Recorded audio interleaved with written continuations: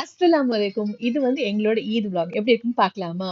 இந்த வாட்டி ஈதும் சரி, இந்த ஹஜ் பெருநாளும் சரி, எப்படி வந்துச்சு, எப்படி போச்சுன்னே தெரியல. அந்த அளவுக்கு ரொம்ப ஃபாஸ்ட்டா போயிருச்சு. எல்லாருக்குமே அப்படிதான் இருந்திருக்கும்னு நெனைக்கிறேன். உங்களுக்கு எப்படி இருந்துச்சுன்னு சொல்லுங்க.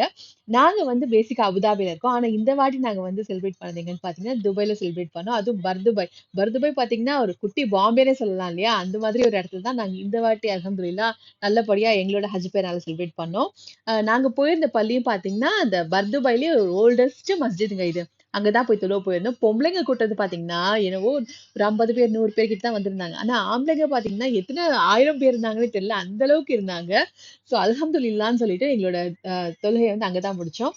பாருங்க எவ்ளோ கூட்டம் இருக்குன்னு சொல்லி சுத்தி சுத்தி காமிச்சிருக்கேன். அவ்ளோ கூட்டம் இருந்தது பாருங்கங்க. மாஷா அல்லாஹ். A long video already share பண்ணியிருக்கேன். பார்க்கலன்னா செக் பண்ணி பாருங்க. வெளியில போயிட்டோம் அப்டின்னாவே வீட்டு சாப்பாடு எதிர்பார்க்க முடியாது இல்லையா? அந்த மாதிரி தான் எங்களுக்கும் இருந்தது.